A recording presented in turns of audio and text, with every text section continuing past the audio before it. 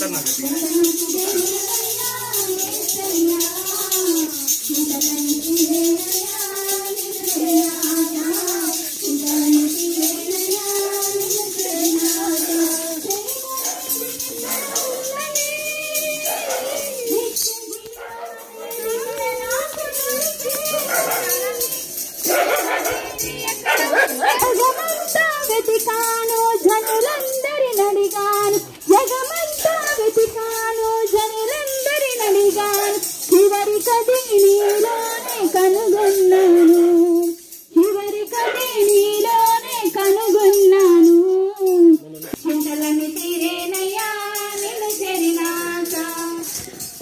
అందరూ కూడా కరపత్రులు పంచి స్తోత్రాలు వచ్చాడమ్మా.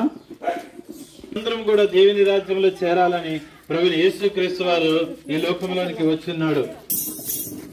తల్లి గారు భాస్కరమ్మ ప్రార్థన చేస్తారు.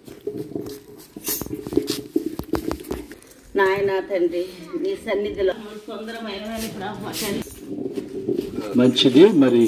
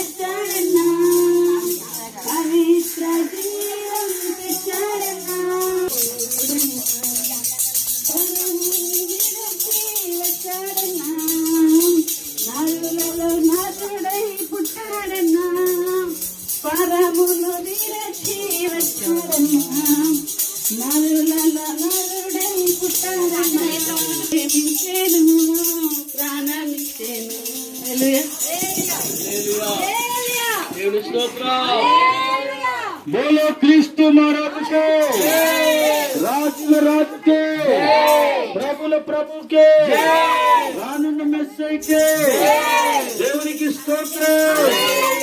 ప్రియమైన విఆర్పేట గ్రామస్తులకు ప్రభువైన యేసుక్రీస్తు నామములో శుభములు పలుకుతున్నాం. ప్రియమైన సహోదరి సహోదరులారా, ఈరోజు మీకోసం ఒక మంచి శుభవార్తను తీసుకుని వచ్చాం. ఏంటి ఆ శుభవార్త అంటే, యేసుక్రీస్తు ప్రభువారు దేవుడు ఈ లోకమును ఎంతో ప్రేమించెను. అంటే చాలా ఎంత ప్రేమించాడంటే యేసయ్య ఎంతో అంటే పొడవు లేదు, వెడల్పు కొలవడానికి లేదు, లోతు కొలవడానికి లేదు. అద్భుతమైన రీతిగా దేవుడు అంత గొప్పగా ప్రేమించాడు. మనల్ని అరిచేతుల్లో చెక్కుకున్నాడు యేసయ్య.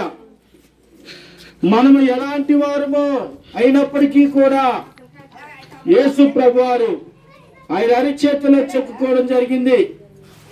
కనుక మరి ప్రేమ కలిగిన దేవుడు, ప్రేమమయుడు ఆయనలో ఉన్నటువంటి ప్రేమ చాలా గొప్పదండి. ఆ ప్రేమ మమ్మల్ని బలవంతం చేస్తుంది కాబట్టి అంత దూరం నుంచి ఇంత దూరం మేము రావడం జరిగిందండి.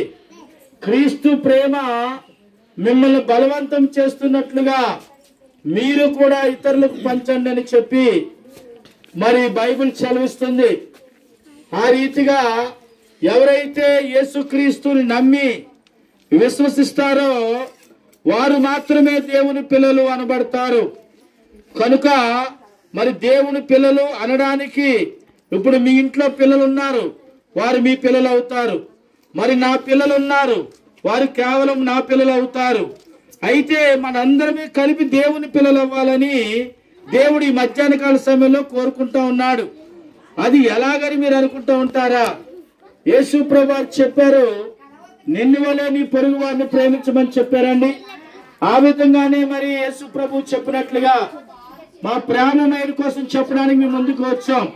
మీ కష్టాలు పోవాలన్నా, మీ బాధలు పోవాలన్నా, మీ అనారోగ్యము పోవాలన్నా యేసయ్య మీద ఒక్కసారి విశ్వాసం ఉంచి ప్రభువా అని నువ్వు అడిగినట్లయితే తప్పక నీకు మనశ్శాంతి లభిస్తుంది, స్వస్థత లభిస్తుంది, మరి అలాగే ఆదరణ లభిస్తుంది.